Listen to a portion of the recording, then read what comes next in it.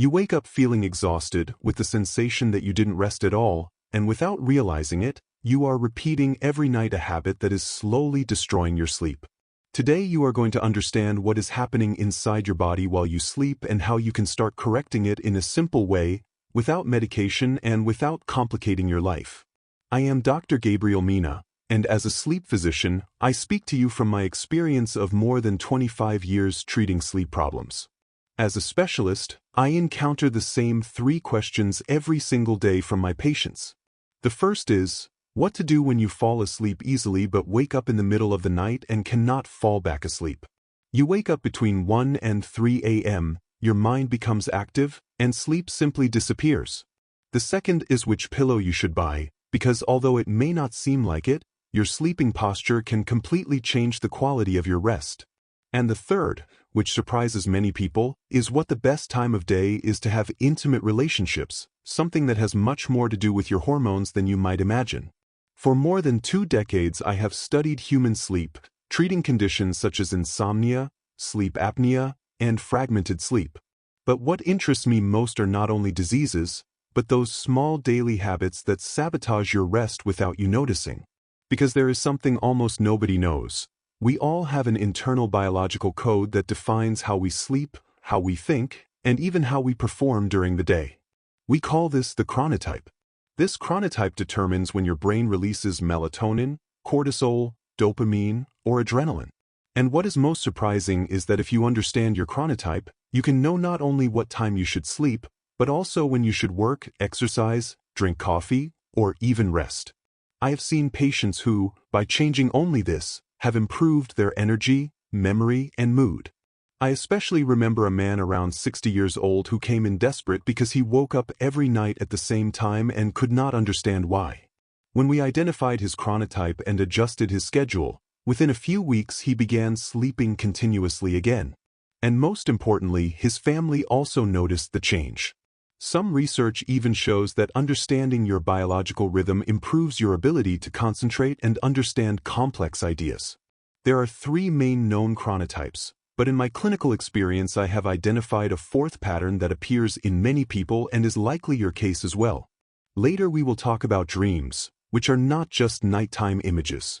Dreams function as a kind of emotional processing system, as if the brain is organizing everything you experience during the day. That is why nightmares appear, or those repetitive dreams where you feel like you are falling, running away, or losing your teeth. They are not random. They are your mind's way of releasing accumulated emotional tension. We will also look at how to correct jet lag, what happens if you sleep with the television on, the truth about melatonin, and even the best way to take magnesium to sleep better. But before going into all of that, I want to teach you something key: sleeping posture and how it may be affecting your rest without you knowing. Many patients tell me the same thing. Doctor, I sleep, but I don't feel rested.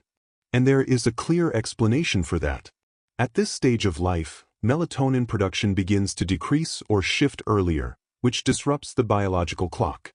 A very common example is older parents. When their children invite them out to dinner, they often prefer very early times, like 4 or 5 in the afternoon. For many family members this seems strange, but in reality it is the chronotype changing with age, as if the body were shifting its natural rhythm backward. In addition, over time it is not only melatonin that decreases. There are also more nighttime awakenings, which in sleep medicine we call nocturnal brain activations. These are small interruptions in sleep that prevent rest from being continuous. I remember the case of a 62-year-old patient who told me he woke up several times each night and felt increasingly irritable during the day. His wife even thought it was his personality, but in reality it was a lack of deep sleep. When we adjusted his nighttime habits, especially his afternoon coffee intake, his rest improved significantly within a few weeks.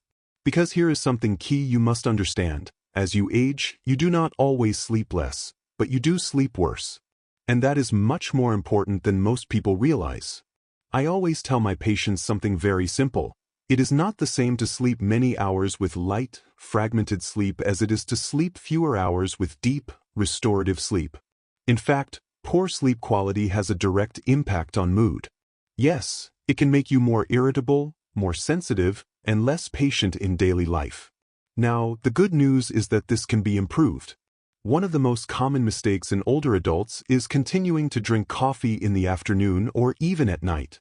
And here is something almost nobody knows. Caffeine can remain active in the body for 6 to 8 hours. That is why, if you continue drinking coffee after 2 p.m., your nighttime sleep is very likely already being affected without you noticing. A case I clearly remember is a 58-year-old patient who told me, "Doctor, I fall asleep well, but I wake up exhausted." When we reviewed her routine, we discovered she drank coffee every day at 5 p.m.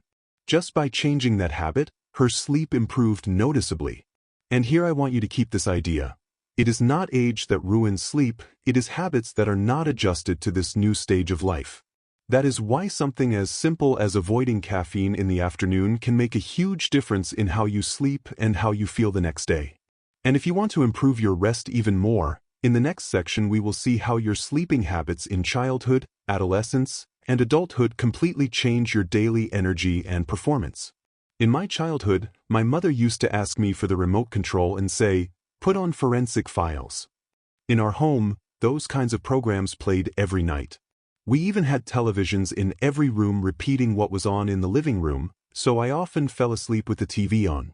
This explains a lot about how I grew up. And when you tell this, people sometimes think it is strange, but in reality it is more common than it seems. I, Dr. Gabriel Mina, tell you this from both clinical and personal experience. In many homes the same thing happens. For example, in my own life, I have a television in the bedroom. When I met my partner, she told me she always slept with the TV on. I, convinced I could fix it, removed it. The result was not what I expected. She told me clearly, "If you want to sleep here again, put it back." That is when I understood something important. Sleep is not the same for everyone.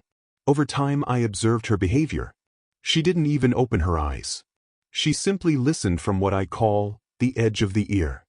Sometimes it was a show like Seinfeld, other times mystery documentaries. In her case, that sound was a form of distraction that helped her sleep. In my home there is also something curious. We have dogs that sleep on the bed. And to be honest, even as a sleep specialist, human rest is much more flexible than people think. There is no single rule that says sleeping with television is always bad. Nor is it true that absolute silence is mandatory. There are people who are not significantly affected by TV, especially if it is set on a timer.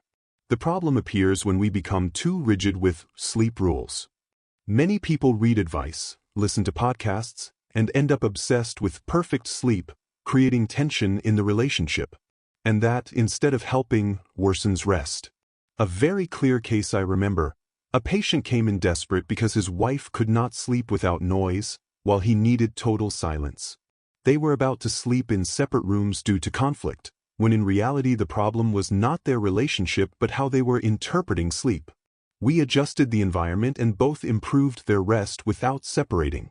I have seen the same in couples. One needs noise, the other silence, and both can sleep well if they find balance. In practice, there are useful solutions. For example, small pillow speakers allow audio without disturbing the other person. There are also sleep-friendly headphones designed to be flat and comfortable. There are even more advanced technologies that monitor brain activity during sleep and help maintain rest through gentle signals.